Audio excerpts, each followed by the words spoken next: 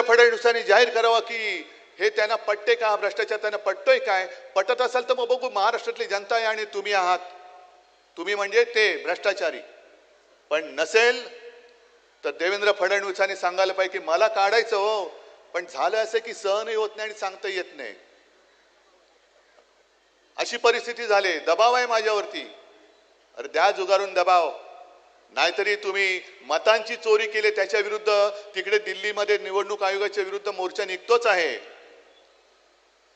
आणि काँग्रेसने त्यांना एक चांगला शब्द दिलाय, चीफ मिनिस्टर नाही,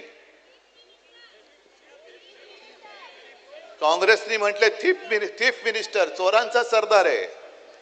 तर हे पाप, कारण ह्या संध्या कधीतरी मिळतात, कधीतरी मिळते. मला सुद्धा संधी नशिबाने अनपेक्षितपणाने मिळाली होती. तुमच्या सगळ्यांच्या आशीर्वादाने त्या कठीण काळात सुद्धा आपण सरकार चालवून दाखवलं. असं आहे की आम्ही लोकांच्या प्रेमाची चोरी करतो, लोकांच्या मनाची चोरी करतो, म्हणून लोक आम्हाला मतदान करतात.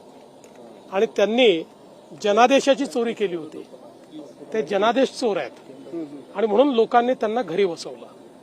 त्याच्यामुळे जनादेश चोरांनी लोकशाहीमध्ये कसं वागायचं हे आम्हाला शिकवावं, यापेक्षा काय दुर्दैव आहे. बरं, ते जनादेश चोर आहेत आणि त्यांचे चेले चपाटे कफन चोर आहेत. ज्यांनी मुंबई महानगरपालिकेमध्ये कोविड घोटाळ्यात कफन खरेदीतही चोरी केली, त्यातही पैसा कमावला. आता कोणाचे सरदार म्हणायचं? उद्योजकांना कफन चोरांचा सरदार म्हणू? मला अशी भाषा वापरायला आवडत नाही.